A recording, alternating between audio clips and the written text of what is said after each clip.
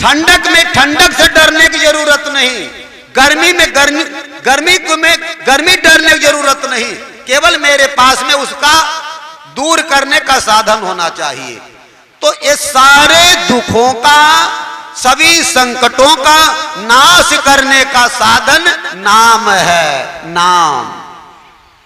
नाम के सिवा कोई हम आपको सुखी नहीं बना सकता।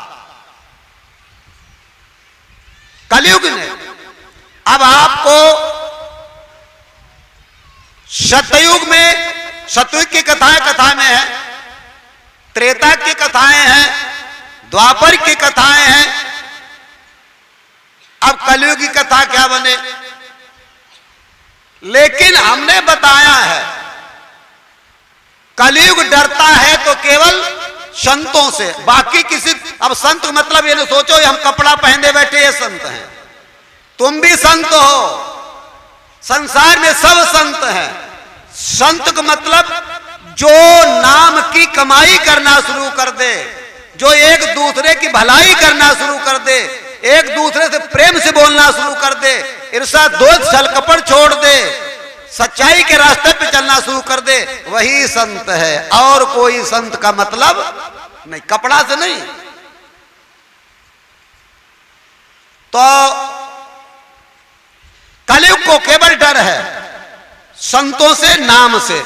तो तुम लोग सब लोग दुखों से बचना चाहते हो, संकटों से बचना चाहते हो, तो एक ही रास्ता है, दूसरा कोई रास्ता नहीं है, वो भी है नाम। और नाम मिलेगा कहां से?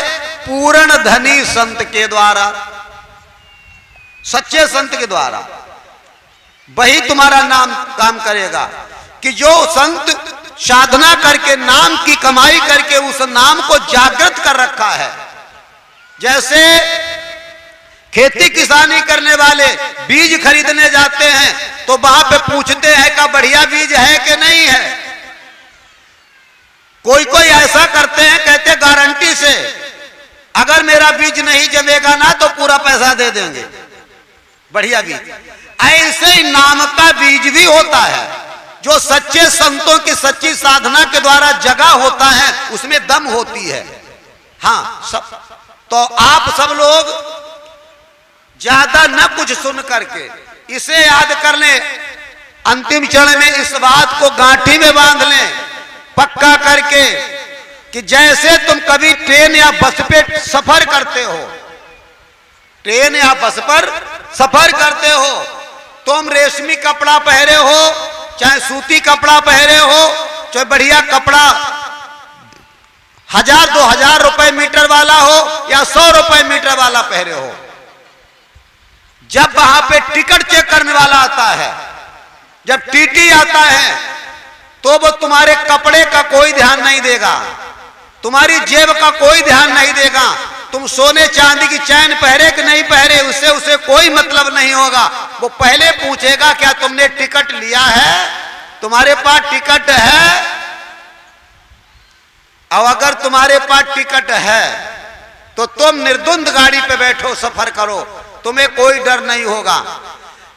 और अगर टिकट नहीं है और साहब मजबूत हैं, साहब जिद्दी है, तुम अपना घड़ी दे दो, चैन दे दो, कपड़े दे दो, सारी जेब के पैसे दे दो, लेकिन वो कहेगा तुमको बगैर जेल में छोड़े हम छोड़ेंगे नहीं, भेजेंगे जरूर।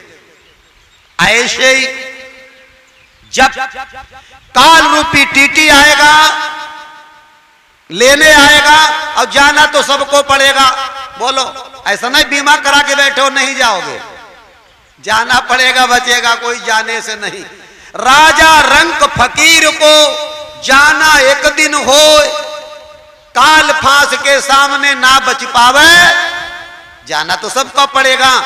लेकिन उस समय वो आएगा तो तुम्हारी खेती, तुम्हारा मकान, तुम्हारा गाड़ी घोड़ा बंगला, तुम्हारा परिवार काम नहीं आएगा।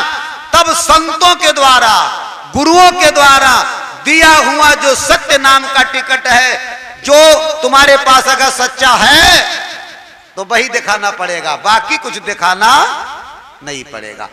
भाई मरते के बाद में लोग लेके चलते तो क्या कहते हैं, राम नाम सत्य है। क्यों?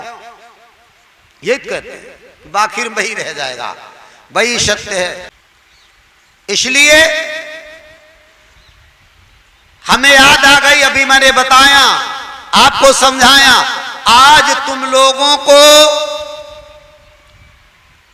ये बात जल्दी समझ में नहीं आएगी, अब मेहनत करनी पड़ेगी, ज्यादा तुमको बुद्धि लगानी पड़ेगी, क्योंकि तुम्हारी बुद्धि को कोई हरण किए बैठा है।